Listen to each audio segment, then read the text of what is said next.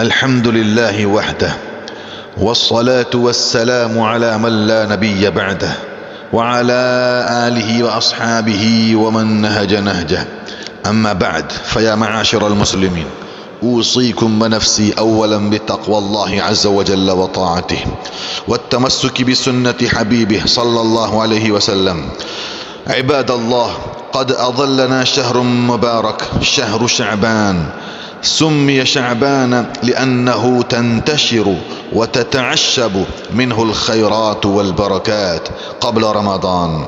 وروى الإمام النسائي رحمه الله عن أم سلمة رضي الله عنها قالت: ما رأيت النبي صلى الله عليه وسلم يصوم شهرين متتابعين إلا شعبان ورمضان.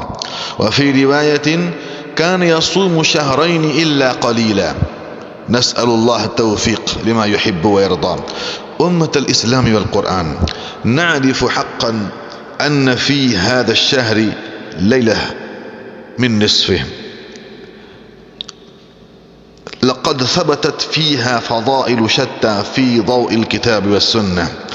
أما قول الله عز وجل: إنا أنزلناه في ليلة مباركة، وقال عز وجل: فيها يفرق كل أمر حكيم أمرا من عندنا.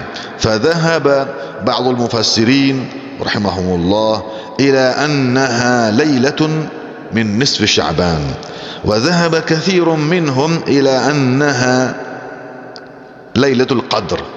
فقال صاحب التفسير الكبير المظهري، نعم، قال صاحب التفسير المظهري رحمه الله جمعا بين القولين فيما رواه أبو الضحى عن ابن عباس رضي الله عنهما أن الله تبارك وتعالى يقضي الأقضية في هذه الليلة من نصف شعبان ويسلمها إلى أربابها في القدر. عباد الله، أخرج الإمام ابن كثير رحمه الله في ذلك حديثا مرسلا فقال: تقطع الآجال من شعبان إلى شعبان، حتى إن الرجل لينكح ويولد له وقد أخرج اسمه في الموتى. وروى الإمام البيهقي رحمه الله أن رسول الله صلى الله عليه وسلم قال في هذه الليلة، أخبر أن يكتب كل مولود بني آدم في هذه السنة، وفيها أن يكتب كل هالك من بني آدم في هذه السنة. نسأل الله السلامة والعافية والتوفيق لما يحب ويرضى. أمة الإسلام والقرآن، أكثروا فيها، أي في هذه الليلة من نصف شعبان، التوبة والاستغفار والتلاوة والأذكار والدعاء لأنفسكم وللأحياء والأموات. ولكن ذلك كله يستحب عند العلماء في هذه الليلة منفردين غير مجتمعين. نعم، أخرج صاحب التفسير المظهري رحمه الله ما روي عن القاسم ابن محمد عن أبيه أو عمه عن جده عن رسول الله صلى الله عليه وسلم أنه قال: ينزل الله تبارك وتعالى الليلة نصف من شعبان إلى سماء الدنيا فيغفر لكل نفس إلا إنسانا في قلبه شحناء أو مشركا بالله. نسأل الله السلامة والعافية والتوفيق لما يحب ويرضى. وأيضا عن علي بن أبي طالب رضي الله عنه قال: قال رسول الله صلى الله عليه وسلم: إذا كانت الليلة من نصف شعبان فقوموا ليلها وصوموا نهارها، فإن الله ينزل فيها لغروب الشمس إلى سماء الدنيا فيقول: ألا من مستغفر فأغفر له، ألا مسترزق فأرزقه، ألا مبتلا فأعافيه، ألا كذا ألا كذا، حتى يطلع الفجر. الله أكبر.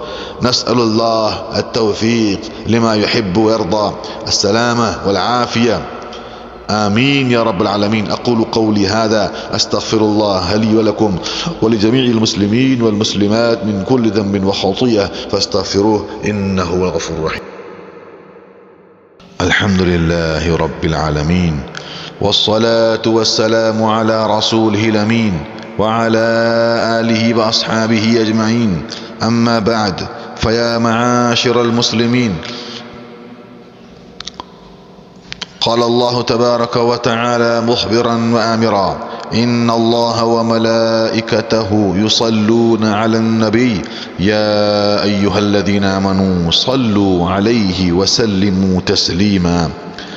وقال رسول الله صلى الله عليه وسلم: من صلى علي صلاة واحدة صلى الله عليه بها 10. اللهم صل وسلم وبارك على سيدنا محمد وعلى آله وأصحابه وأتباعه وأزواجه وذرياته وعلماء أمته. نعم عباد الله، قال النبي صلى الله عليه وسلم: لا يؤمن أحدكم حتى أكون أحب إليه من والده وولده والناس أجمعين. اللهم إنا نسألك حبك وحب نبيك وحب أصحابه الذين قال عنهم النبي المصطفى صلى الله عليه وسلم: أرحم أمتي بأمتي أبو بكر رضي الله عنه، وأشدهم في أمر الله عمر رضي الله عنه، وأصدقهم حياء عثمان رضي الله عنه، وأقضاهم علي رضي الله عنه، وسيدة نساء أهل الجنة فاطمة رضي الله عنها، وسيد الشهداء حمزة رضي الله عنه. اللهم اغفر للعباس وولده مغفرة ظاهرة وباطنة لا تغادر ذنبا. الله في أصحابي لا تتخذوهم غرضا من بعدي، فمن أحبهم فبحبي أحبهم، ومن أبغضهم فببغضي أبغضهم. وخير أمتي قرني، وخير أمتي قرني، ثم الذين يلونهم، ثم الذين يلونهم، رضوان الله تعالى عليهم أجمعين. اللهم اغفر لنا ولإخواننا الذين سبقونا بالإيمان، ولا تجعل في قلوبنا غلا للذين آمنوا ربنا إنك رؤوف رحيم. اللهم اغفر لنا وللمؤمنين والمؤمنات والمسلمين والمسلمات الأحياء منهم والأموات، إنك سميع قريب مجيب الدعوات برحمتك يا أرحم الراحمين. اللهم بارك لنا فيما بقي من شعبان، وبلغنا رمضان، بلغنا رمضان، اللهم سلم لنا لرمضان، وسلمنا لرمضان، وسلم لنا رمضان، ووفقنا فيه لما تحب وترضى من الصيام والقيام وتلاوة القرآن والإحسان إلى الأنام والصلة بالأرحام يا الله يا رحمن. آمين آمين. عباد الله، إن الله يأمر بالعدل والإحسان وإيتاء ذي القربى، وينهى عن الفحشاء والمنكر والبغي، يعظكم لعلكم تذكرون. اذكروا الله يذكركم، وادعوه يستجب لكم، ولذكر الله تعالى أعلى وأولى وأعز وأجل وأهم وأتم وأعظم وأكبر. الله يعلم ما تصنعون.